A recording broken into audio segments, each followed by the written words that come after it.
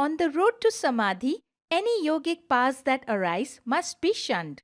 Hello everyone, I am Pulkit Mathur, founder of The Spiritual Bee, and in this video we shall visit Sri Ramakrishna's advice to sadhaks regarding yogic, psychic or occult paths. Because as a sadhak's spiritual practice deepens and matures, certain yogic paths naturally begin to manifest within him or her. For example, as a sadhak progresses towards the goal of God realization, he or she may acquire the ability to read other people's thoughts or the power to cure diseases or develop prior knowledge of certain events which are to occur in the future. A sadhak can further enhance these powers through the pursuit of certain yogic and tantric sadhanas. However, as Sri Ramakrishna, the God-realized sage and avatar, has amply cautioned, instead of getting attracted and enamored by such yogic powers, a sadhak should instead forcefully ignore, reject and shun them. There are two big reasons for this. Firstly, there is a great danger in possessing yogic powers because they can easily be misused, leading to terrible and unanticipated consequences not only for the sadhak but also for others. Sri Ramakrishna demonstrated this truth with the help of a story which was narrated to him by his teacher Totapuri Maharaj. Once a man acquired Siddhi, that is the psychic power to control the wind. One day this man was sitting on the seashore. Suddenly there arose a violent storm which caused him great distress. Desiring to stop it, he exclaimed, "Let this storm cease." His command was instantly fulfilled. A vessel was passing at a distance with all sails set. As the wind suddenly died away, the vessel capsized and all on board were drowned. Since the Siddha was the cause of the disaster, he had to bear the sin of killing so many innocent people. As a result of this terrible sin, he lost his psychic powers, and after death he had to work out this karma by suffering the agonies of hell. The second reason for shunning yogic or occult powers, which are also known as siddhis, is because God cannot be realized so long as there is the least desire for enjoyment of yogic powers in the heart. As Sri Krishna taught Arjuna, when you see one who exercises any of these powers, you may know that such a one has not realized God, because the exercise of these powers requires egotism or ahamkara, which is an obstacle in the path of the realization of the Supreme. To illustrate the truth of this teaching, Sri Ramakrishna narrated another story of a Siddha who once acquired great occult powers. Although a good man who led an otherwise austere life, he soon became very proud and vain about these powers. So God decided to open his eyes as his pride was hindering his further spiritual development. One day the Lord came to him disguised in the form of a saint and said, "Revered sir, I have heard that you possess wonderful occult powers." The man received him kindly and gave him a seat. At this moment an elephant passed by. The saint asked him, "Sir, with your occult powers, can you kill this elephant?" The Siddha replied, "Yes, it is possible." And taking a handful of dust, he repeated some mantram over it and threw it on the elephant. Immediately the animal roared and fell on the ground in agony and died. Seeing this, the saint exclaimed, "What wonderful power you possess! You have killed such a huge creature in a moment. Surely you must also possess the power to bring the elephant back to life." The Siddha replied, "Yes, I have that power too." Again he took a handful of dust, chanted a mantra, threw it on the elephant, and lo behold, the elephant revived and came back to life. Then the Lord, disguised as the saint, said, "Wonderful is your power, but may I ask you one thing? You have killed the elephant and you have revived it. But what has this done for you? Has it enabled you to realize God? Such occult powers are of no use as they have not freed you from the cycle of birth and death. Instead, these powers have only enhanced your ego and pushed you further into the entanglement of Maya by lowering your consciousness. By pursuing such siddhis, you have wasted yet another precious lifetime without having put in the effort to realize the deathless, immortal Supreme." Thus saying, the saint vanished. Now, just as the saint cautioned the Siddha, similarly, Lord Krishna too warned Arjuna about the ego-boosting dangers of occult powers by telling him, "Friend, if you want to realize me, you must not desire any psychic powers. By siddhis, one may acquire strength, money, power and such things, but not God. You will not succeed in realizing the divine if you have within you even one of the 8 occult powers. This is the truth. Occult powers beget pride and egotism and make one forget God. So long as there is the slightest trace of egotism, divine realization does not come. Furthermore, this very same message about yogic and occult powers leading a sadhak astray from the path of God realization was also vividly emphasized by the Divine Mother Kali to Sri Ramakrishna through an interesting incident. One day, Sri Ramakrishna's nephew Hriday said to him, "Uncle, please ask the mother for some occult powers." Accordingly, Sri Ramakrishna went to the temple and put forth his request. He said, "Mother, Hriday asked me to pray to you for some occult powers." The Divine Mother Kali at once showed Sri Ramakrishna a vision. A widow about 40 years old appeared and sat with her back to him. Soon she was covered with filth. At once Sri Ramakrishna understood that the Divine Mother was conveying to him that occult powers are as abominable as filth, and therefore a genuine devotee of God must never desire or chase them. Thereupon Sri Ramakrishna never prayed to the Divine Mother for occult powers again. He only asked that he may always have pure love and devotion for her. In fact, even when Sri Ramakrishna got throat cancer by taking upon the sins of others, he never once asked the Divine Mother, with whom he conversed daily, to cure him. Now, it's not as if Sri Ramakrishna actually needed the help of the Divine Mother, for he himself was an avatar, an incarnation of God, who was constantly immersed in God consciousness or Samadhi.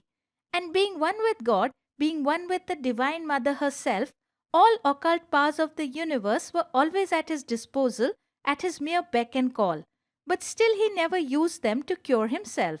So steadfast and unbreakable was Sri Ramakrishna's nishtha and devotion to God that at no point in the duration of his excruciating illness did he ever desire to withdraw his mind from its absorption in God and focus it on curing the ills of his body.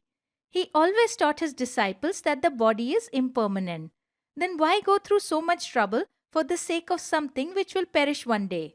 Why not focus the mind on the imperishable, on the deathless and the eternal, that is on God Himself?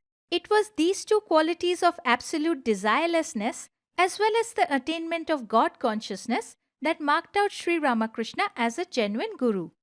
As Adi Shankaracharya has explained in the Viveka Chudamani, it is only a person who is unsmitten by desire, that is, who is free from all ego-driven motives and selfish interests, and who is a knower of Brahman, of God the Absolute, it is only such a person who is qualified to be a guru.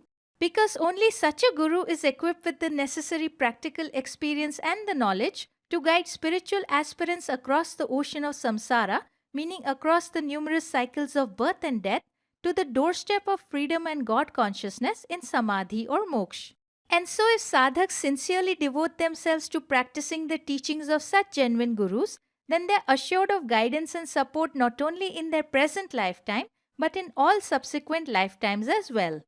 This is because genuine gurus such as Sri Ramakrishna, even though they have left the physical body, continue to maintain a presence in the subtle and causal realms for the sake of their devotees and guide sincere aspirants from there. These gurus, as Swami Brahmananda has explained, do not rest until all their disciples get moksha. The relationship between a guru and disciple is very sacred. Such a tie cannot be broken even by death. A guru will not accept his own liberation until all his disciples are liberated. Such authentic gurus like Sri Ramakrishna stand in sharp contrast to the numerous impostors who, upon acquiring just a few minor occult powers, immediately swell up with ego and pride and start to misuse these powers to attract devotees and accumulate fame, wealth, and material comforts for themselves. In fact, in today's superficial times, these impostors don't even need to possess any genuine yogic powers, because just an outer show, just a false pretense of having such powers is enough to fool millions who are drawn to these teachers like moths to a flame. Gullible followers possessing no depth of spiritual knowledge themselves are easily enamored and impressed by the superficiality of these teachers. Admiring such fake gurus, they think, how popular he is. Surely he must be genuine, otherwise how can he have so many devotees? He even comes on TV. Isn't so-and-so movie star his follower? His ashram is so splendid and grand. He sits on a seat made of gold. He must be a great bhakta because he has built such a large temple devoted to God.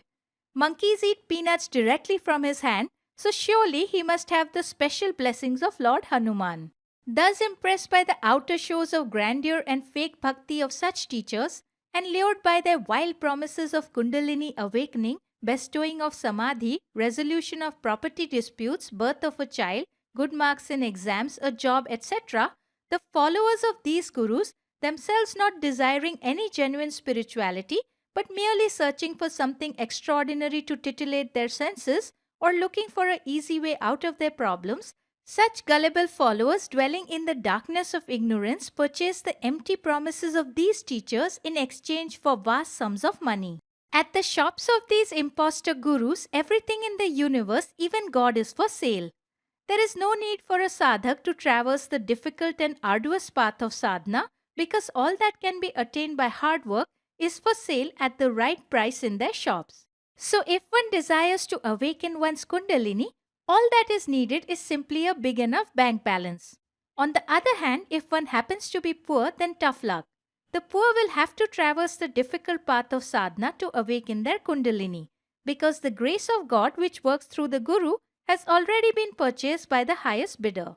In fact, in this lucrative business of spirituality, the very word sadhana, which means Atma Parishkar, that is doing the hard work of reforming one's own self, has lost all meaning and has been turned upside down.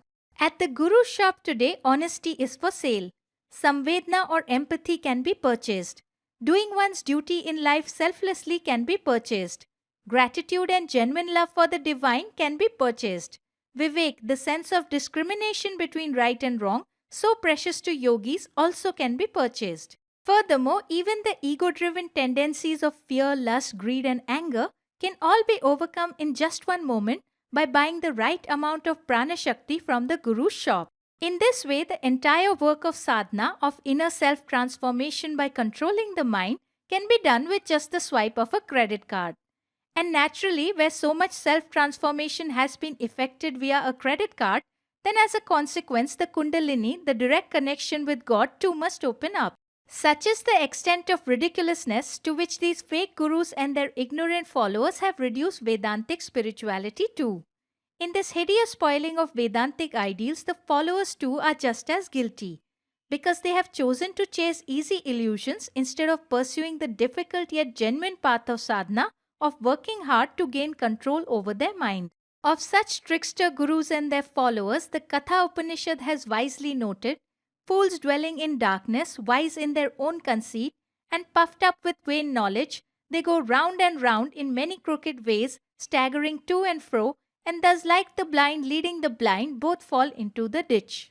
And so the moral of this video is that we sadhaks must avoid falling into the ditch of a lower consciousness. We must pursue the genuine path of self-reformation in order to attain to God realization. We must strive hard to gain control over our own egoistic tendencies in order to be able to see God pratyaksh, that is first hand, for ourselves.